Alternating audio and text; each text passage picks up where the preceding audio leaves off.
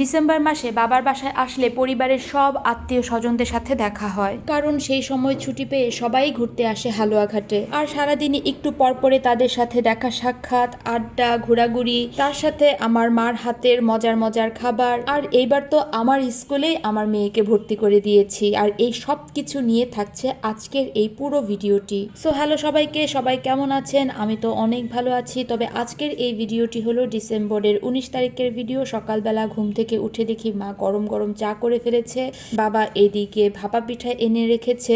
আর এইগুলো হচ্ছে আমাদের গাছের মিষ্টি কুমড়ার ফুল, মা দুপুরবেলা ভাজি করবে বলে রেখে দিয়েছে। আর বাচ্চারা সকালবেলার যার যার কাজে ব্যস্ত। ত্রিধা একদিকে দাঁত ব্রাশ করছে, শ্রেষ্ঠা সকালে নাস্তা খেয়ে জল খাচ্ছে, আর এখন আমি চা আর ভাপা পিঠা খাবো। বাসায় থাকলে তো সকালবেলা নিজের চাটা নিজেকেই করে নিতে হয়, আর এইখানে বাবার বাসায় থাকলে একদম হাতের সামনে সবকিছু রেডি পাওয়া যায়। আর এটাই হলো মায়ের ভালোবাসা, মা বলবো না, মা বাবার ভালোবাসা। তো যাই হোক, দুপুরবেলা আমি আর আমার বড় মেয়ে সৃজা চলে গিয়েছিলাম আমার স্কুলে, হালুয়াঘাট আদর্শ উচ্চ বিদ্যালয়।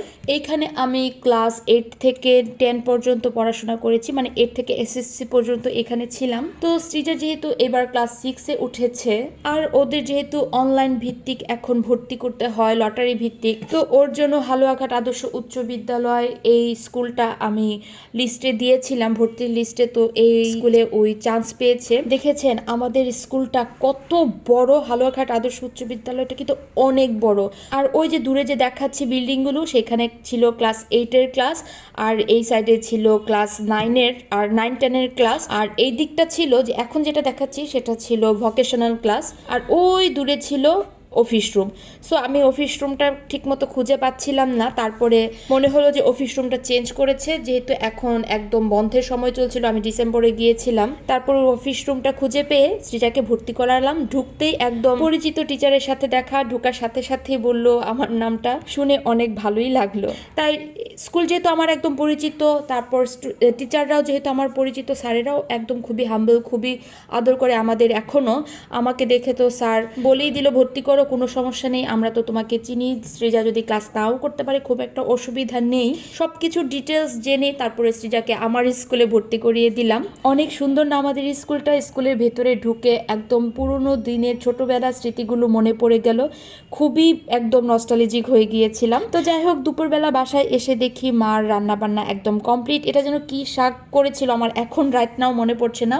ফুলকপি ভাজা, বেগুন ভাজা, পেঁয়াজ বেরেস্তা মানে পেঁয়াজ ভাজাও ছিল, আর তার সাথে ছিল আমি আসবো বলে বাবা চিতল মাছ কিনেছিল, তো চিতল মাছের তরকারি রান্না করেছিল ছোট ছোট নতুন আলু দিয়ে, আর তার সাথে ছিল একদম ঘন করে মুসুরির ডাল।